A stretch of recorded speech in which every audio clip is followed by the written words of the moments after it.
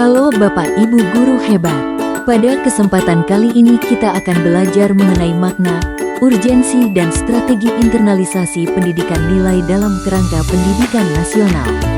Yuk kita simak bersama-sama. Perhatikan fenomena moral anak Indonesia saat ini. Apa pendapat Bapak Ibu terhadap fenomena moral anak Indonesia saat ini? Tentu saja hal ini sangat mengkhawatirkan. Salah satu penyebabnya adalah kurangnya pendidikan nilai. Sudah saatnya kita sebagai pendidik lebih berperan dalam pendidikan nilai kepada peserta didik.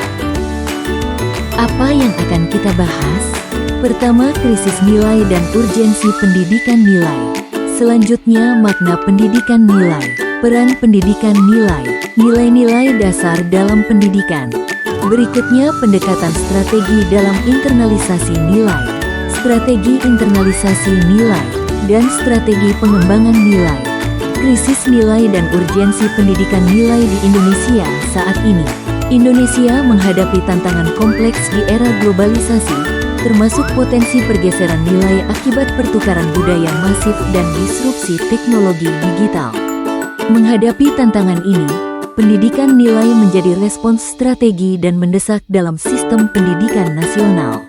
Makna pendidikan nilai. Pendidikan nilai adalah usaha sadar dan terencana untuk menanamkan, mengembangkan, dan menginternalisasikan nilai-nilai tertentu pada peserta didik guna membentuk etika, moral, budi pekerti, dan karakter. Tujuannya adalah membentuk manusia Indonesia seutuhnya yang matang secara intelektual, emosional, spiritual, dan sosial. Pendekatan dalam pendidikan nilai. 1. Penanaman nilai langsung. 2. Pengembangan penalaran moral. 3. Klarifikasi nilai. Peran pendidikan nilai yaitu 1. Globalisasi dan perubahan budaya. 2. Disrupsi teknologi. 3. Konflik sosial dan toleransi. 4. Krisis lingkungan. 5. Fenomena negatif di sekolah. Pancasila sebagai landasan filosofi pendidikan nasional, maka nilai-nilai luhur Pancasila yang menjadi dasar dalam pendidikan. Pendekatan strategi dalam internalisasi nilai.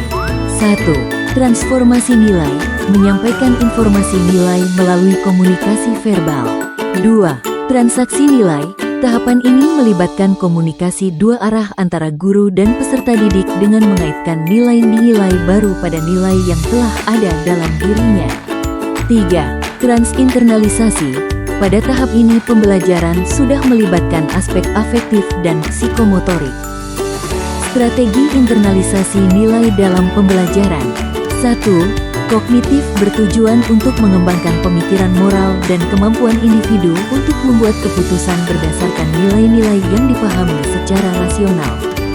2. Pembiasaan bertujuan untuk membentuk karakter dan sikap seseorang dengan melakukan tindakan positif secara berulang hingga menjadi kebiasaan.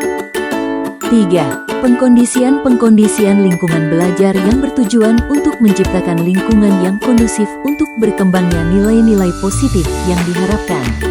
4. Keteladanan. Penanaman nilai melalui keteladanan adalah metode yang sangat efektif karena individu cenderung meniru perilaku orang-orang di sekitarnya, terutama yang mereka anggap sebagai panutan. Strategi pengembangan nilai. 1. Penyajian dilema moral. 2. Model klarifikasi nilai. 3. Diskusi terbuka dan reflektif. 4. Simulasi dan bermain peran. Sinergi antara internalisasi dan pengembangan idealnya. Strategi pembelajaran nilai tidak hanya mengandalkan satu pendekatan, tetapi memadukan internalisasi dan pengembangan secara harmonis. Strategi internalisasi dan pengembangan nilai merupakan inti dari pendidikan karakter yang bermakna. Bapak Ibu Guru Hebat, sebagai pendidik marilah kita bersama-sama berkomitmen untuk menerapkan pendidikan nilai pada pembelajaran agar dapat mendukung terbentuknya peserta didik yang tidak hanya cerdas secara akademik, tetapi juga unggul dalam moral, etika dan karakter. Terima kasih telah menonton video ini, semoga bermanfaat.